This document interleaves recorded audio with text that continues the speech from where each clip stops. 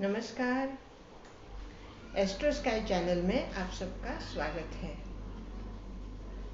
बात चल रही है शुभ योग की। आज हम बात करेंगे सफल मृदंग योग।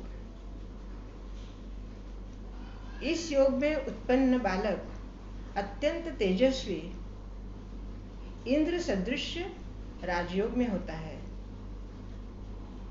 गरीब परिवार में जन्म होने के बाद भी इस योग में उत्पन्न बालक अत्यंत तेजस्वी, पराक्रमी, प्रतापी एवं राज्य सदृश भोग भोगता है। कुंडली में यह योग कैसे और कब बनता है? इस योग के लिए या ये योग जब बनता है तो लग्नेश अपने उच्चस्थ में हो, केंद्र या कोण में हो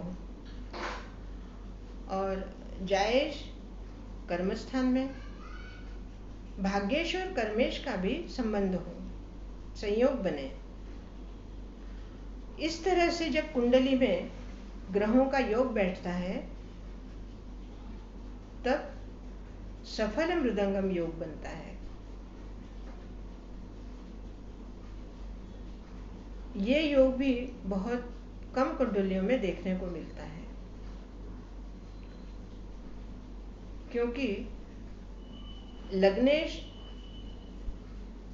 केंद्र में या कोण में कई कुंडलियों में होते हैं, लेकिन जायेश, कर्मेश और भाग्येश इन तीनों का संयोग बहुत कम मिलता है। इन तीनों के सहयोग से ही ये योग सफल होता है। और गोचर में भी ये योग बहुत कम बनता है।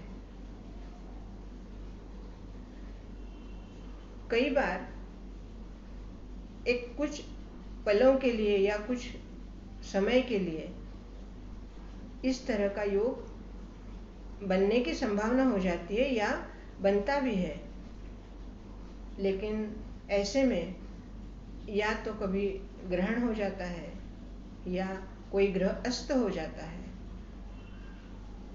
और इसीलिए ऐसा योग गोचर में बनने के बाद भी वो सफल नहीं होता। कई बार कुंडली में ऐसा योग बनता भी है, और अगर मान लो लग्नेश केंद्र में है या कोण में है और ऐसे में अगर अस्त का है तो सफल योग नहीं बन पाएगा। इसलिए लग्नेश केंद्र या कोण में हो और जायेश कर्म स्थान में हो। भाग्येश और कर्मेश का संयोग बहुत महत्वपूर्ण होता है, क्योंकि कर्म और भाग्य जब दोनों एक दूसरे से मिल जाते हैं तब कर्म को भाग्य का साथ आगे बढ़ाता है और भाग्य को कर्म की कृति आगे बढ़ाती है।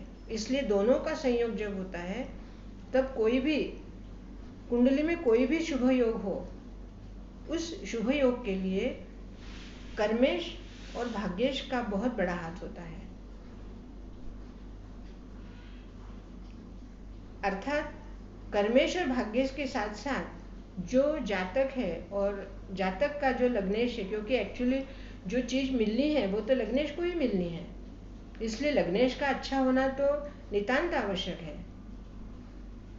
फिर भी कभी कभी अगर लग्नेश अस्त भी है और अगर अस्त के साथ वो स्वगृही है तो वो अस्तभंग हो जाता है, और अस्तभंग अगर है तो वो बलवान हो जाएगा। दोस्तों, कुंडली में बहुत छोटी छोटी बातें होती हैं जिन बातों को ध्यान रखना पड़ता है कि कौन सा ग्रह कौन सी राशि में कौन से स्थान में अस्त हो रहा है या अस्तभंग हो रहा है। इस सफल मृदंगम योग के साथ अगर आपका शत्रु पक्ष का कोई ग्रह अर्थात आपका ओपोनेंट ग्रह अगर बलवान है तो इस योग को सफल नहीं होने देता। अर्थात मान लो उसकी अंतर्दशा महादशा चल रही है तो आपको उस योग को सफल होने में काफी कष्ट होता है।